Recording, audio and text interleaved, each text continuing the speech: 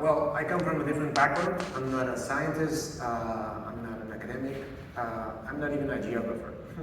So I'm a shrimp farmer. And I think that one of the most interesting things about being here, and thank you for the invitation, Chris, is that I think that I'm happy that we are looking at the same world. Because in some forums it's hard to, there's still some, I don't know, like questions about what is the impact about our diet and the way that we grow food. So I think that we here share that vision. And I think I would like to start with a reflection about this relationship between the knowledge about our food and our behavior and our attitudes.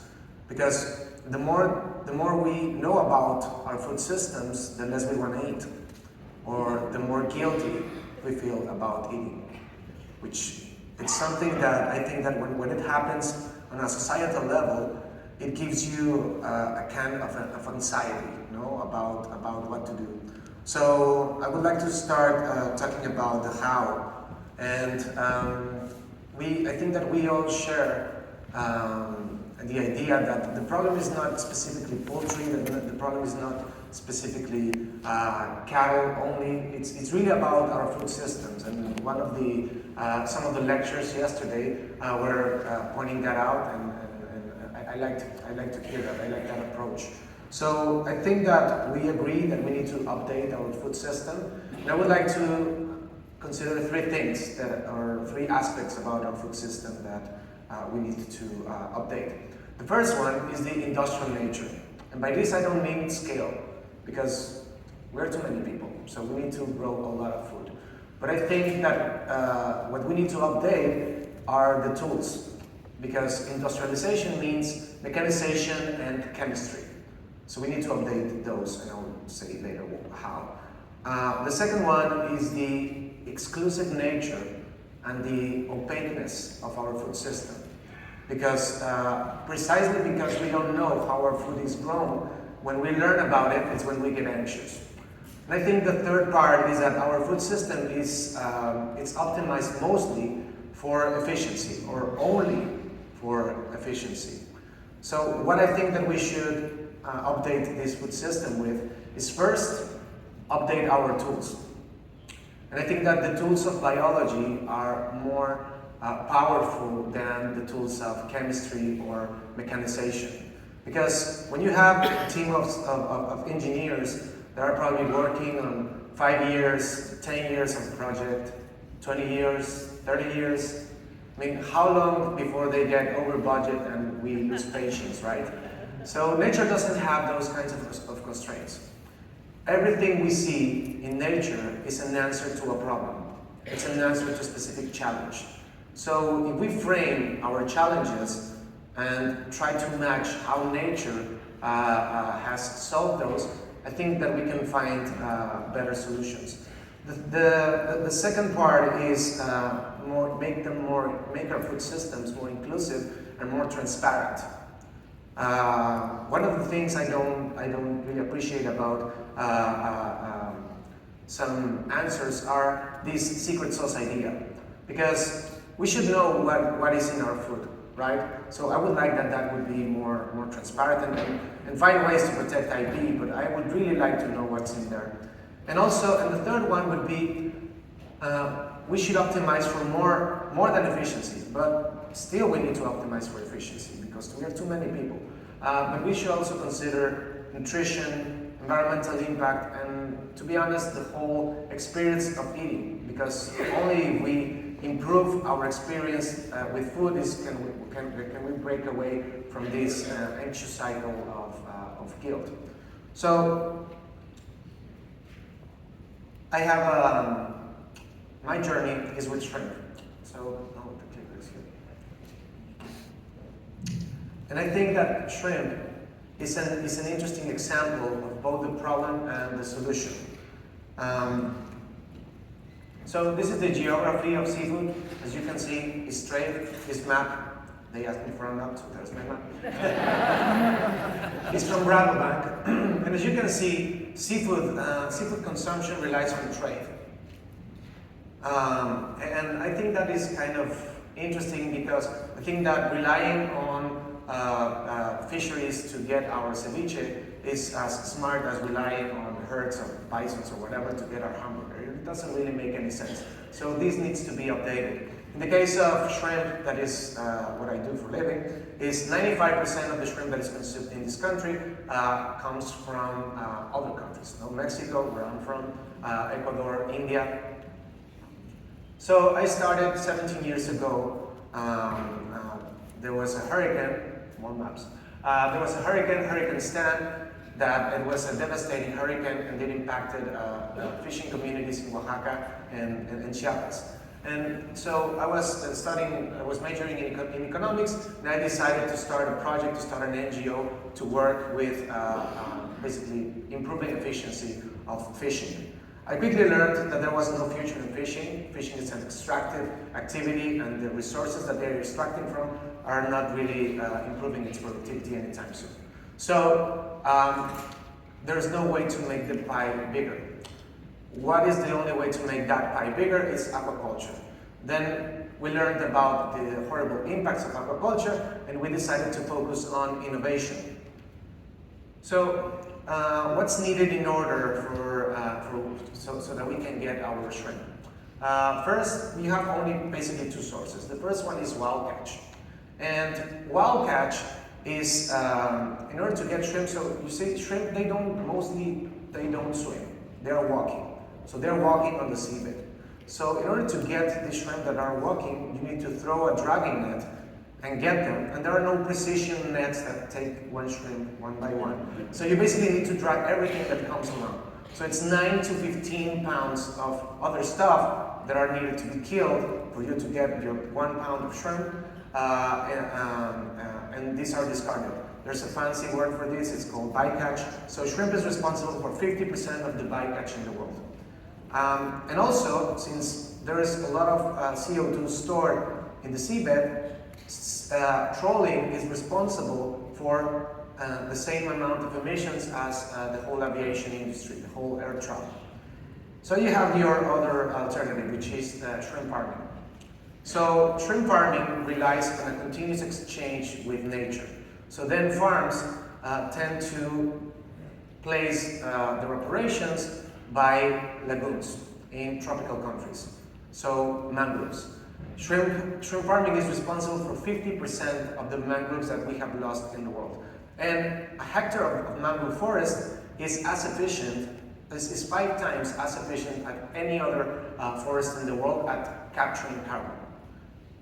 And then it also uses antibiotics, pesticides, and it throws water, it disposes water into the ocean using it as a toilet, and using basically organic matter, these antibiotics, the pesticides, and it creates an imbalance and dead zones and all that.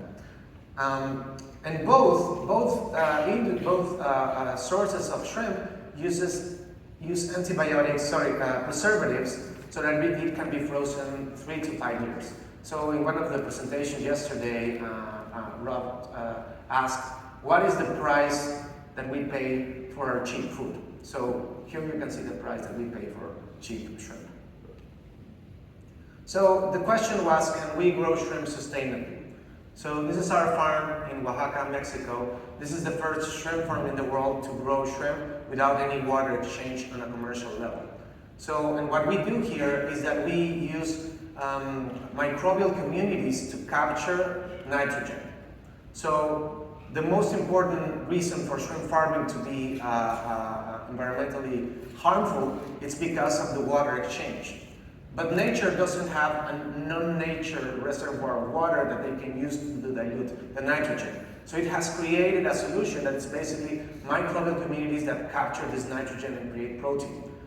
Shrimp is a detritivorous animal, so it can feed off of this microbial community, and it increases the amount of fatty acids in the tissue and collagen in the tissue.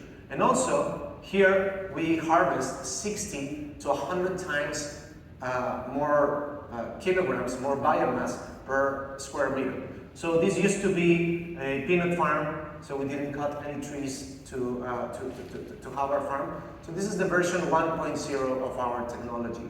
Then we started exporting here to the United States, finding interesting clients such as Chef Jose Andres from Jaleo that liked our shrimp and paid a nice premium for it because of its sustainability. We don't use any antibiotic, we don't use any chemical, we're just feeding the shrimp and using a little bit of sugar to match the nitrogen with carbon so that they can produce protein. And but so we were shipping fresh, never frozen shrimp, flying it. So that killed, yeah, it's so good faces. So that killed our logistics. It was horrible logistics. It killed our margins and also killed our sustainability claims. So the question was, can we grow shrimp in the United States? So for 3 years, we have been working on this technology, and our answer is shrimp box. So I could share more schematics and stuff, but here you have, it's the geometry of a shipping container. These are plug-and-play farms that we manufacture in Mexico. So we build them and then we ship it here to the United States. We have a farm, this is our farm in Indianapolis, and there's 2 tanks, one on the bottom, one on the top, and we can grow here 1.5 tons of shrimp every year from one of these units. So, and this is basically the same output that an acre of previously mangrove forest in Ecuador would yield. So this is the future. This is how can we make our system more efficient by stacking them so that we don't even need a warehouse. So and with this we can improve 60% efficiency in heating, which is about 2/3 of our energy consumption. And I just came from our first harvest in Indianapolis, Indiana, and we had our first successful harvest. And there we were able, at least on this batch, to have a 1-to-1 feed conversion ratio. So this means that we are converting basically plant-based protein to shrimp protein.